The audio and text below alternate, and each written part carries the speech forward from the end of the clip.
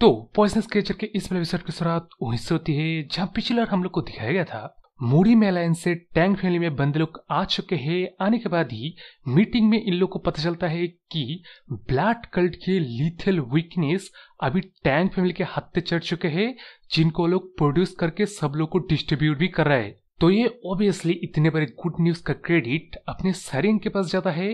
तो ऐसा रिवॉर्ड के तौर पे जब अपने सरेंग से क्या वो चाहता है पूछा गया, तो अपना सरेंग कहते हैं कि उसे पॉइजनस क्रिएचर के लोकेशन वगैरह चाहिए, जो कि अब ऐसा चीज मूडी मेलाइन से ऐसा रिवॉर्ड के तौर पे पहली बार शायद कोई मांग रहा होगा। इसलिए एक्जैक्टली पॉइजनस क्रिएचर तो नहीं, लेकिन मिस्टिक एक लिजर्ड के बारे में जब अपने सरेंग को बताया जाता है तो अपना सरेंग इंटरेस्टेड हो जाता है इस चीज को देख के। अब वो जनरल वाला बंदा सब कुछ खुलासा करने लगता है किस तरह उससे इस मिस्टिक लिजर्ड का रहे पता चला था। जिस चीज को दिखाते हैं अभी इस एपिसोड की शुरुआत होती है तो क्या है कि अपने जनरल ना किसी एंसेस्टर का रिकॉर्ड एनालाइज करते दौरान एक टर्टल से माउंटेन के नीचे झरने के अंदर फिश साइड रॉक जहां होगा उस लोकेशन के केव के अंदर एक 100 इयर्स स्नो जिंक्शन मिलेगा, जिनकी तलाश करते ये लोग जब केव के अंदर पहुंचते हैं तब बातचीत करने लगते किस तरह ये केव किस तरह परफेक्ट जगह है स्पिरिचुअल हर्ब्स के ग्रोथ के लिए। ये बोलते हैं इन लोग को वही 100 इयर्स स्नो जिंक्शन मिल जाता है, जिनको एक्चुअली ये लोग नामगिन क्लैन से एक्सचेंज करने वाले थे 200 years old dark leaf flower से।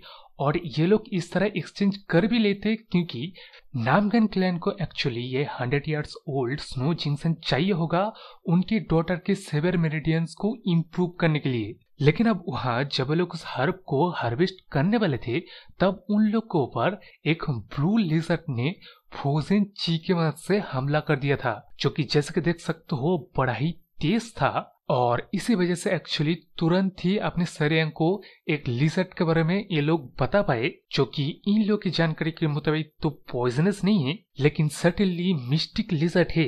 तो यारो सिर्फ इतना ही जानकारी अपने सरेंग के लिए काफी था।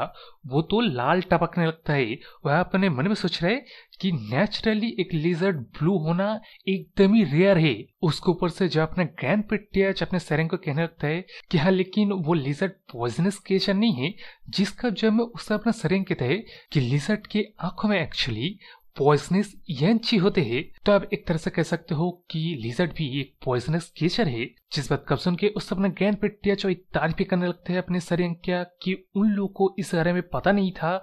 जिस बात को छोड़ के वो जनरल भी हक्का बक्का रह जाता है और मन में सोचता है कि जैसा कुछ उसने सोचा था अपना सरेंग सच में एक एक्सेंट्रिक बंदा है। लेकिन अब इस मीटिंग में अपनी सरेंग के लिए उतनी सी बस जानकारी उसको मतलब खुश करने के लिए काफी था। इस चीज को देख के अपना जनरल कहता है कि फ्यूचर में अगर इन लोगों को कोई पॉइजनस क्रिएचर का पता चले ना तब सबसे पहले मूडी में अलायंस अपने सरेंग को डिटेल ला के देगा। जिस बात को सुन के तो ऑब्वियसली अपना सरेंग और भी ज्यादा खुश हो जाता है।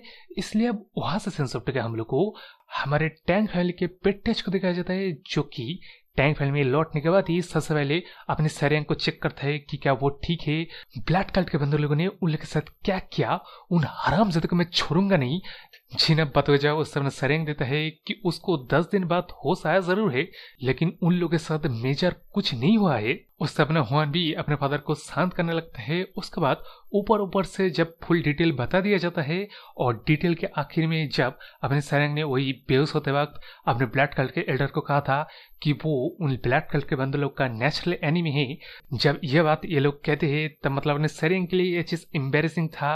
लेकिन इसी वजह से ब्लैड कल्ट का लीथल वीकनेस इन लोग का हत्या चढ़ गया, जिसके बारे में उससे अपना जनरल जब बात करता है तब हमें पता चलता है कि ये जनरल और अपना टैंक फैमिली का पेट्रियार्च एक्चुअली बचपन के चड्डी बड्डी थे, जो कि अभी मुलाकात कर पा रहा है इस सिचुएशन की वजह से।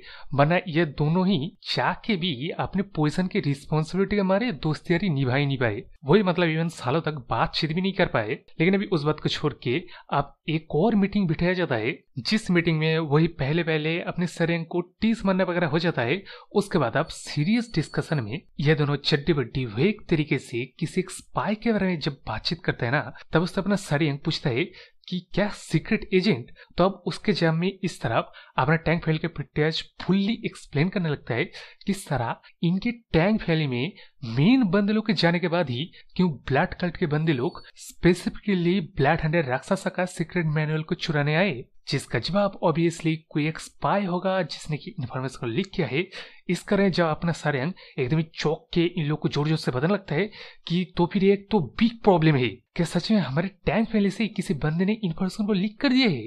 जिसका जब मैं ये दोनों अपना जनरल और टैंक फैले का प्रिटेज दोनों ही मतलब हक्का बक्का रह जाता है, क्योंकि अपने सारंग को इन लोगों ने एजुकेट नहीं किया है कि टैंक फैमिली बाहर से कोई बंदे को रिक्रूट करते वक्त एक्सट्रीम बैकग्राउंड चेक करते हैं भाई। उसके ऊपर से किसी बंदे को रिक्रूट करते वक्त उनके डायरेक्ट ब्लड लाइन के हर एक बंदे को इनके टैंक फैमिली अपने अंडर ले लेते हैं। उसके बाद हर एक बच्चे को टैंक फैमिली के अंदर ही ये लोग एजुकेट करते हैं, तो कोई चांस नहीं बनता टैंक फैमिली से कोई बिट्रेल करे। इसका मतलब यही है कि मोरिम अलायंस से इंफॉर्मेशन लीक हुआ है और लीक करने वाला और कोई नहीं अपने मोरिम अलायंस के लीडर का पर्सनल मेड है। जिस कारण मैंने पिछले वाले किसी एपिसोड में बताया रहा था कि वो मेड वाली बंदी का इरादा मन को सबसे सही नहीं लगे है, जिसके बारे में अभी अपने जनरल बताने लगता है कि इस इंफॉर्मेशन के बारे में टैंक में जो कि चल रहा है सिर्फ 3 लोगों को पता था, तो कब का उस बंदी को पकड़ लिया गया होगा। इसका मतलब समझ रहे हो, जब पहली बार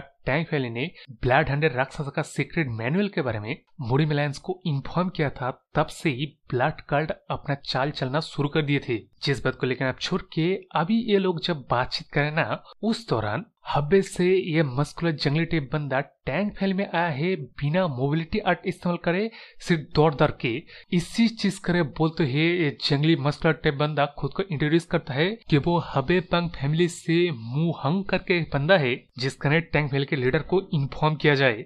तो मेरे वो नया कैरेक्टर अपने टैंक फैल में क्यों आया है इसका तो हम लोग को अगले चैप्टर में पता चलेगा।